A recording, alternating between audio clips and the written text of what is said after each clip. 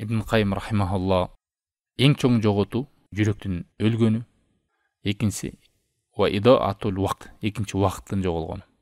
Фа идаатул калб мин итари дунья алал ахира. Жүрөктүн жоголгону дегенди кандай түшүнөбүз? Жүрөктүн жоголгону, жүрөктүн курганы акыретти таштап дүйнөгө берилип, дүйнөнү гана кам кылуу. Акыретке кам көрбөө. Тек гана дүйнөнү гана көрүү. Жүрөктүн жоголгону. Ал эми идаатул вакт мин тул амал. Ал эми убакыттын жоголгону бул үмүттүн узарганы.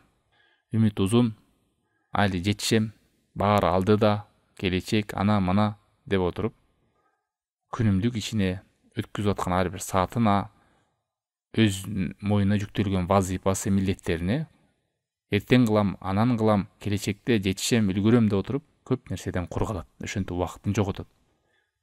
Эгерде ушул эки нерсе бириккен болсо дейт, фачтама аль фасад кулли фи иттибал хава ва тул амал. Бул эки нерсе адамда болгон болсо, бузукулук башталат. Өз нафсин ээрчип, жана узун үмүт коюп. Эки нерседен адам оолак болуп оңолгон болсо, анда хидаятты ээрчип, жана Аллахка жолугууга кам көрүп баштайт. Мындайча айтканда жакшылыктын жолунда жүрөт.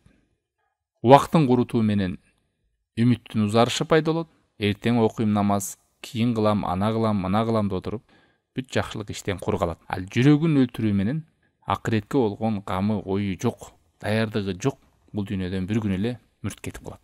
Себеби максаты бул дүйнө эле болгон. Эртең өлүмдөн кийин эмне бар, акырет деген кандай, аякка даярдык кандай, эмнеге жаралдым, күнүм кандай өтүп атат, Аллахка даярдыгым барбы жолугууга деген нерседен оюнда да, пикиринде да, жүрөгүндө да жок бул нерсе.